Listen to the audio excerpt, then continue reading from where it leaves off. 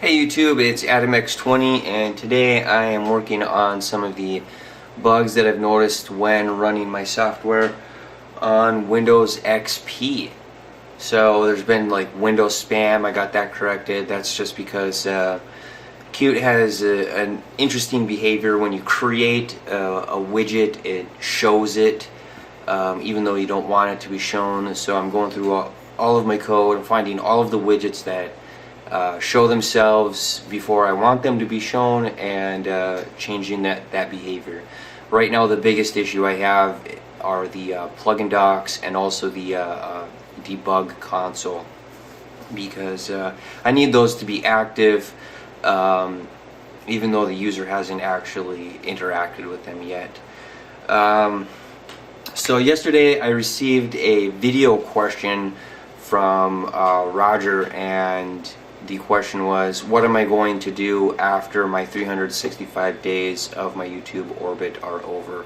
Well, I got a couple other channels. I have my AdamX20 channel. I also have my Mad Math Labs channel and my Mad Math Labs gaming channel. And as long as SOPA doesn't become some dictatorship, which honestly I'm not too afraid of SOPA. I know some people are, they're like, oh, it's the end of the world and it's the end of online Let's Plays. I gotta be honest, SOPA, it might pass the House, it might pass the Senate, it might pass those, but when it hits the litmus test of the public, it's not gonna pass. People are going to challenge it, and they're going to have it amended. If you don't believe me, there was a bill that was, was passed that the government said you can't use a certain light bulb after a certain year. That bill passed, and it was enacted, and it was later revoked because the government doesn't have the authority to dictate what you do in your daily lives. They don't have that authority, and SOPA and PIPA, they're not gonna do that. Also, it comes down to like what's protected by copyright and what's protected by actually trademark, and there's just some things with Let's Plays that copyright holders can't file an action against because it becomes a collective copyright, and that action will be challenged. People have the right to media and the press. So, I'm not afraid of SOPA, I'm not afraid of PIPA. It's not going to pass the litmus test that the public is. And garnering that, then I will have, me playing, well, I like to play Minecraft. I'm asking for Skyrim for Christmas, so I'll get that. Homefront is, I'm really done with Homefront. I say, but I like it because it's a fun game. But I'm also waiting for Ghost Recon Future Soldier, so I'm going to have that game. And when I go through the beta, I'm going to be recording me playing beta in 2D, and that's going to be a lot of fun. Then I'll probably just end the YouTube Orbit channel and go back to my AdamX20 channel for just like my daily vlog, and which probably won't be a daily vlog, but it'll just be me when I want to say something online. And then also with the Mad Math Labs channel, I'm going to be showing demonstrations of Traipse and how to use it, and tutorials and stuff like that. So I got other options. I'm not a YouTube vlogger by any means.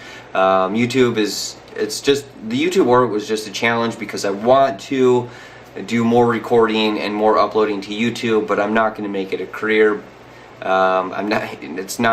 It's just a choice for an outlet. That's all it is. So I hope that answers your question. It's not like I'm going to try and focus more on YouTube. There's things I learned in this YouTube Orbit that I'm definitely going to apply in the future. It was a lesson. It's been a lesson, and I'm glad I took the challenge, and I'm going to go forward with what I learned. So I guess that's about it, man. Windows is funny, dude. Windows is extremely funny. Like, why is a Windows manager so messed up? I don't know. It's really slow, in my opinion. I'm running a Linux Fedora 13 machine right here. It's got a 1.86 dual core 2 gigabytes of RAM. Dude, it's just a little studio hybrid. It's let me grab a book. It's honestly about this big. It really is. It's honestly about this big, and it runs so much better than my huge machine down here. When I run my virtual machine of Windows XP, I put it on 3 cores with 2 gigabytes of RAM. I need more RAM for this yet, and still the Windows Manager is just like, I get all this Windows spam that I don't even notice with my Linux machine. Terrible. So I'm trying to correct all of that, and after that I'm going to be looking at map efficiencies. I've had this idea, you know, I might redo the cells, the way the cells are created, because in their current state they're awfully RAM intensive. They really are. And I've thought of a new way of creating the cells where I'll just make an image, and then I'll just use that as a texture. So if you have like a square cell, you'll just put like a square graphic, and it'll just be a texture on the background, which I think will be way more streamlined than the current iteration of using a QRect item or something like that. So I'm going to try it out and see how that works. Same thing with the hex cells. What I'll do is I'll just take a hexagon, I'll take 2 hexagons, I'll cut it in half this way and put them together like this. Maybe all I need is 1, and then it'll texture out, and it'll be a really nice texture. And then same with isometric. Then, you know, then I don't have to do all of the math to create the image itself. The image will fit. And then for finding where the cell points are, I'll just have to do like a math algorithm to find 0, 0, and then from there I can find 1, 1 and 0, 1 and all that fun stuff. And I want to use the 0, 0, 1, 0 method, because it really shrinks the amount of data that's going to be sent over the network, and you know, I'm trying to keep that to a minimum.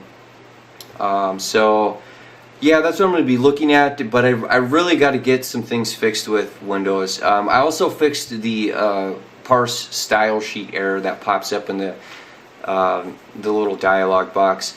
It's the way the URL is created in the style sheet, in the theme gear. Instead of using the operating system separator, I have to force it to the / that looks like this, and that works. So what Windows XP users are missing in the game tree is all of these fun little arrows and V lines and a lot of fun stuff. That makes it look nicer. It's stuff I got from the Q webpage, but the real idea is that the theme then is more extensible. You know, users can create their own theme later on. So yeah, that is what I'm doing today and for the future. I honestly hope that answers your question, and if you got more video questions, definitely put a video response to this, leave a comment, and I hope I said your name right. I don't have it on my webpage. I'm sorry, I was not paying attention today. But I'll see you tomorrow. Bye, YouTube.